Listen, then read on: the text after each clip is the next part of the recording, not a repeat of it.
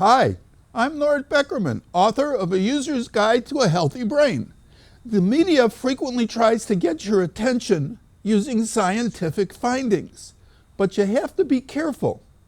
The article on carbohydrates is a good example. The article said that carbohydrates are great for brain function.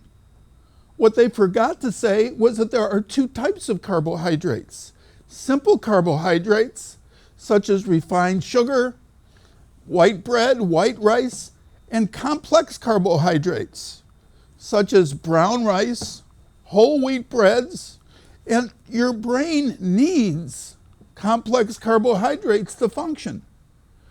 But simple carbohydrates overload the brain with too much too fast, and it can damage brain function. Coffee is another media jumble. They report that people who drink 2 cups of coffee a day or less have lower risk at getting Alzheimer's.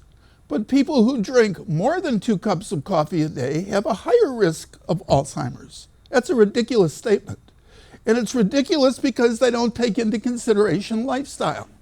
People who drink more than 2 cups of coffee a day probably are more anxious, have increased stress, possibly smoke, don't exercise as much or get a good night's sleep.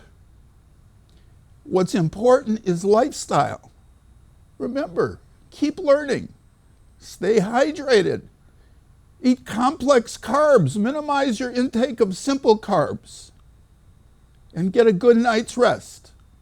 I'm Norbert Beckerman. I'll see you next time for a Brain Healthy Minute.